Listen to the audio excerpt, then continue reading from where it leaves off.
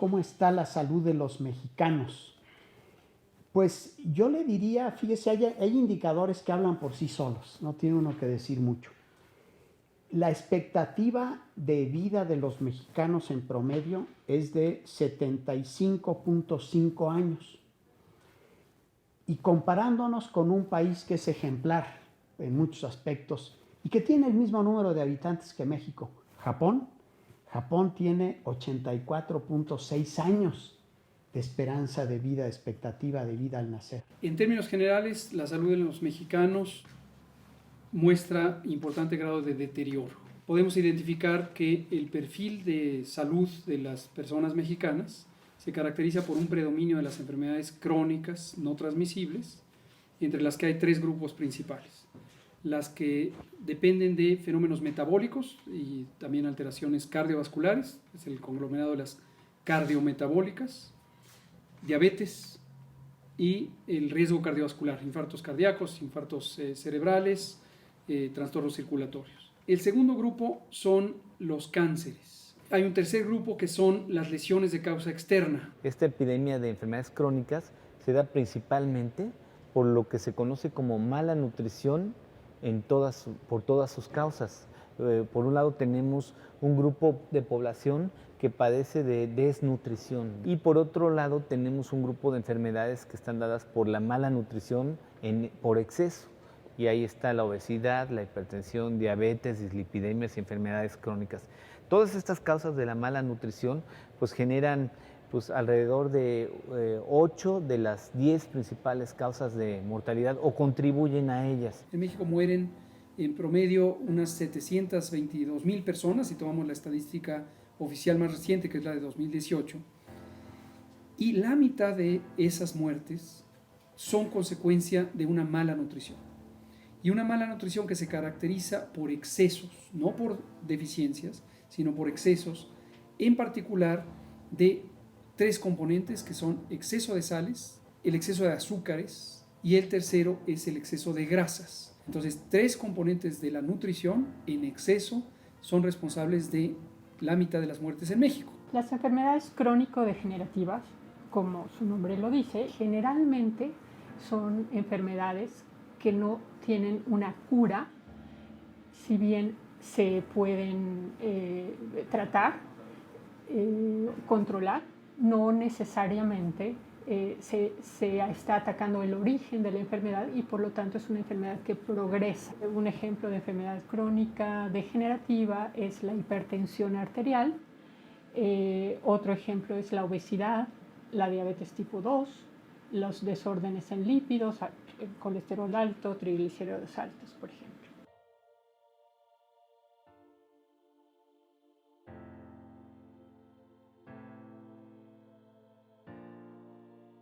Es bien conocido que las personas que tienen enfermedades crónico-degenerativas en su familia tienen otras personas que también lo han sufrido. Y ese es un muy buen indicador para darnos cuenta si nosotros estamos en riesgo. Y el segundo es el estilo de vida. Las personas que tienen una alimentación con cantidades excesivas de calorías, de grasas, de azúcares simples, de alcohol, el consumo de tabaco, de refrescos, son factores de riesgo para el desarrollo de estos padecimientos. Los primeros estudios que se hicieron en México para entender a nivel país la nutrición fue una encuesta que se hizo en 1988, que era la encuesta nacional de nutrición, que se hizo solo en mujeres en edad reproductiva y niños.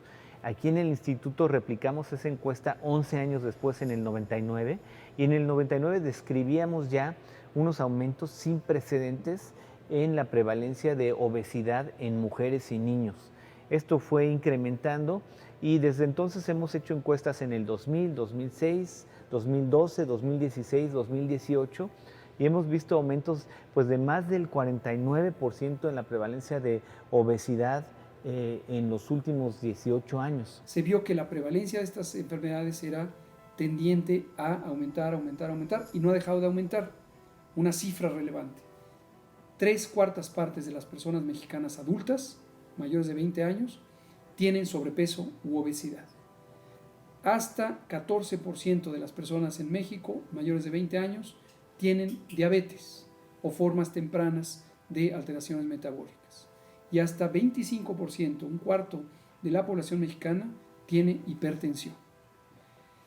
Entonces, desde los años 80 empezó a subir, y uno de los elementos que se ha identificado muy consistentemente fue precisamente el cambio de estilo de vida, predominantemente el cambio de la alimentación. El factor más importante es una alimentación inadecuada y una actividad física reducida, pero atrás de una alimentación inadecuada, pues tenemos un sistema alimentario que no está produciendo los alimentos que necesitamos.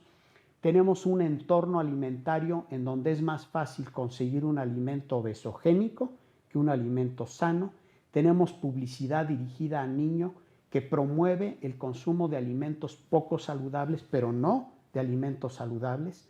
Tenemos también, por ejemplo, un sistema de etiquetado frontal que va a cambiar, pero el etiquetado que venía de la administración pasada es un etiquetado que no informa al consumidor, que de hecho yo diría que hasta confunde. Y tenemos una falta de orientación alimentaria a la población en el que se indique claramente qué alimentos son dañinos para la salud y qué alimentos debemos consumir.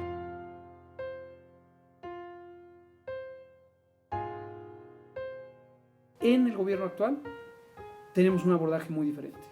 Y el abordaje es, tenemos que ir a los determinantes fundamentales y tenemos que transformar nuestro sistema agroalimentario, que hoy es un sistema no saludable, ambientalmente no sostenible, socialmente injusto y económicamente no competitivo. Lo queremos transformar precisamente a que sea un sistema saludable, sostenible ambientalmente, económicamente competitivo y socialmente justo.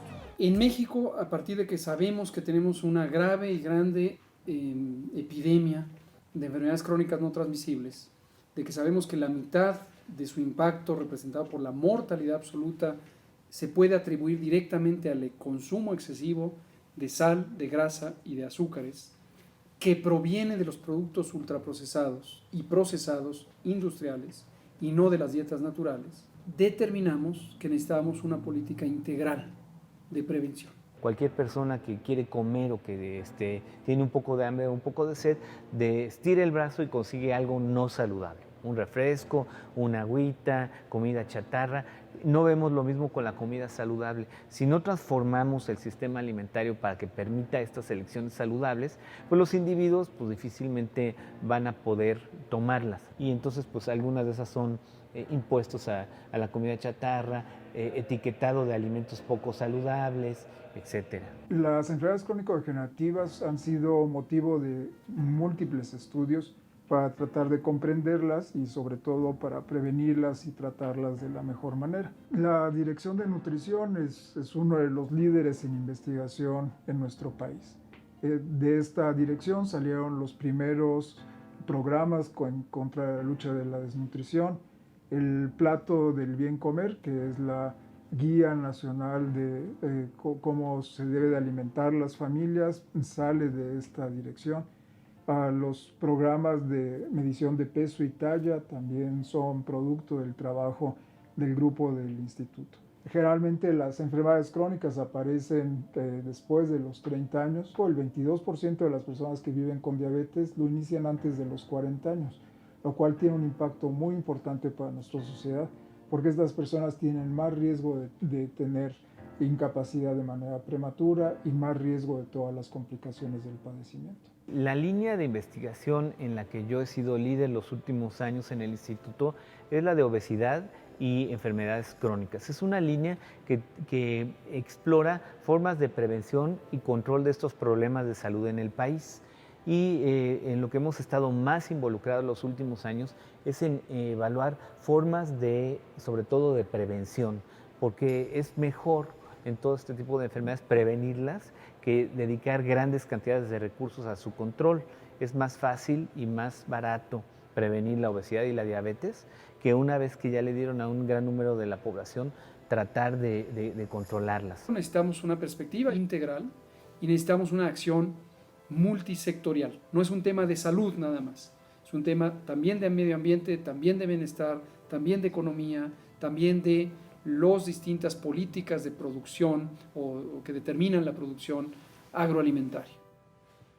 También implica cambio cultural, también implica investigación científica, también implica un reconocimiento explícito de la biodiversidad para poder fomentar el uso de esa biodiversidad acoplada con la diversidad cultural en favorecer el consumo de productos saludables y ricos nutricionalmente, pero también ricos en términos de su sabor. Y esto lo estamos logrando mediante un grupo de trabajo pangubernamental, multisectorial, que se llama Grupo Intersectorial de Salud, Alimentación, Medio Ambiente y Competitividad. GISAMAC fue generado en el 2019, el 14 de febrero.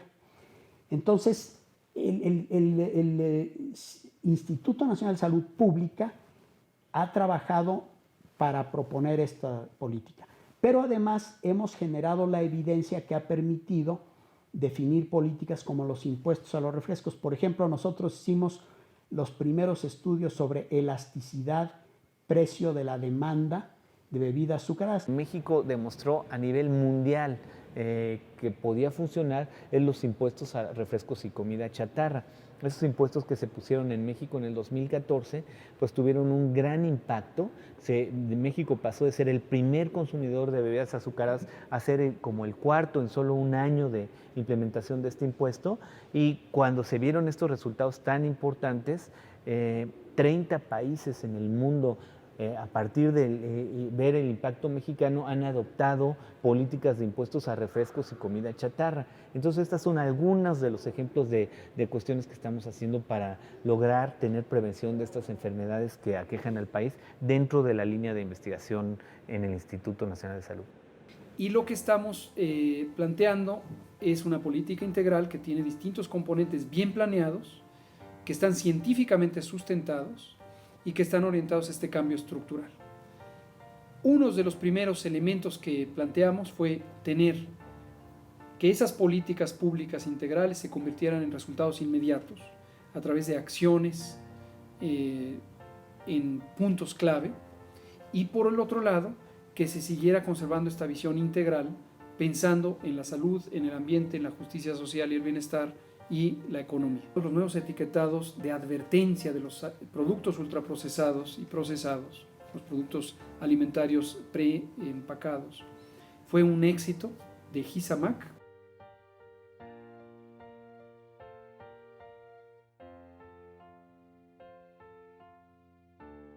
El etiquetado de alimentos de México es una de esas iniciativas que aquí nos enorgullecen mucho porque tomó 14 años el desarrollo de la investigación, la evidencia y los estudios y además generar la voluntad política para que pudiera ser implementada. En el 2006 identificamos que esto sería una de las formas pues que más podrían ayudar a que los consumidores tomaran elecciones saludables, a orientar su consumo, pero desde entonces pues fuimos avanzando en generar la evidencia y en la actualidad pues ya se ha implementado, ya es muy robusto la información que tenemos y tenemos mucha confianza en que es una de las formas en las que vamos a ayudar a la población a tener una dieta más saludable.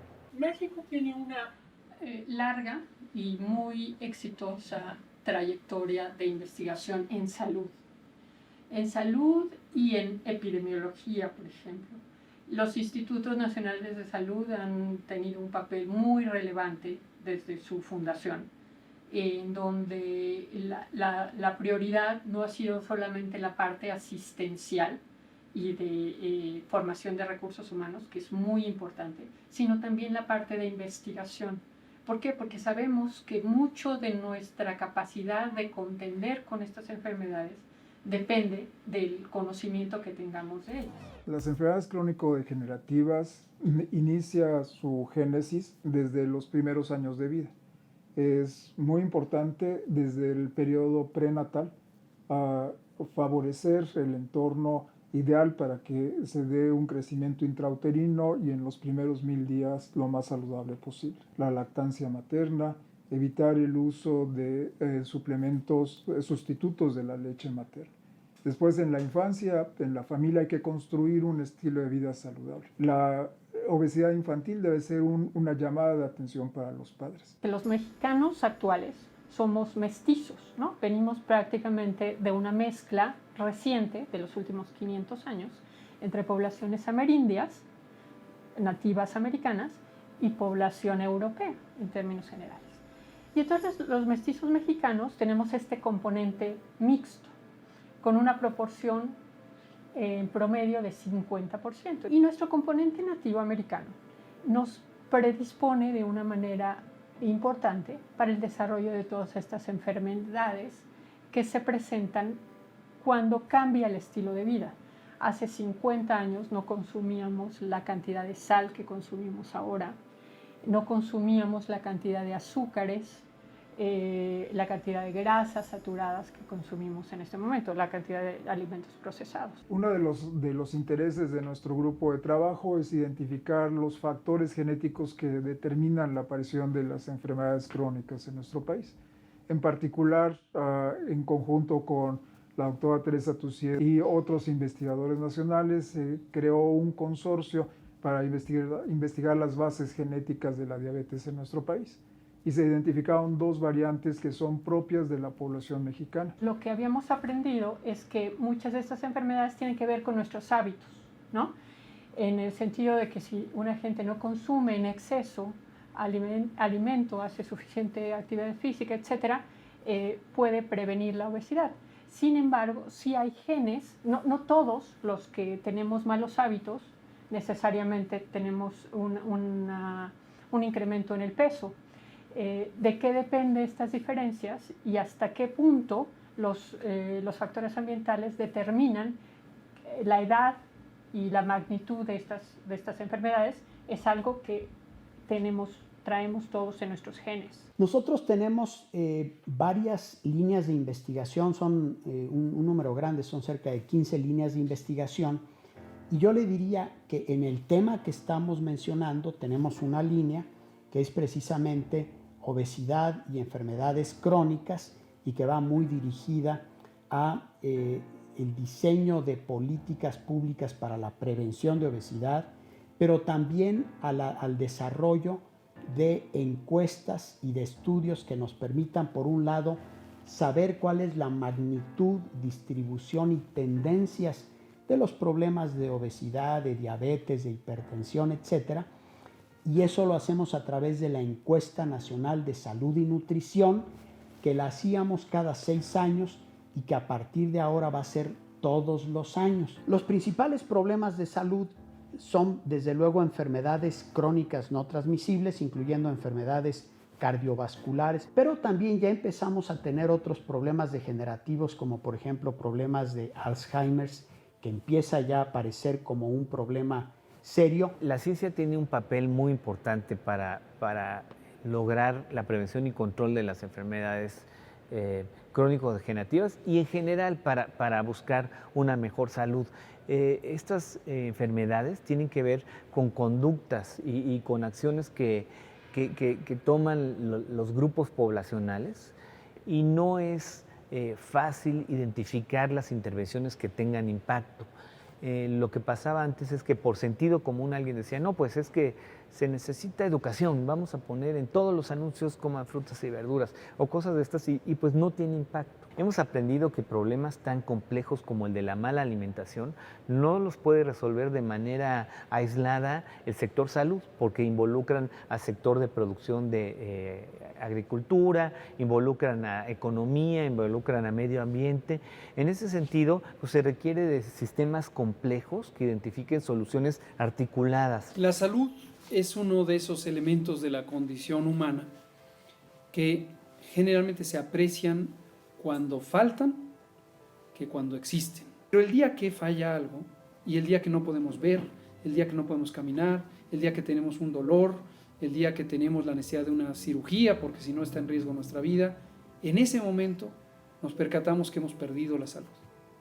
Eso complica los aspectos de prevención.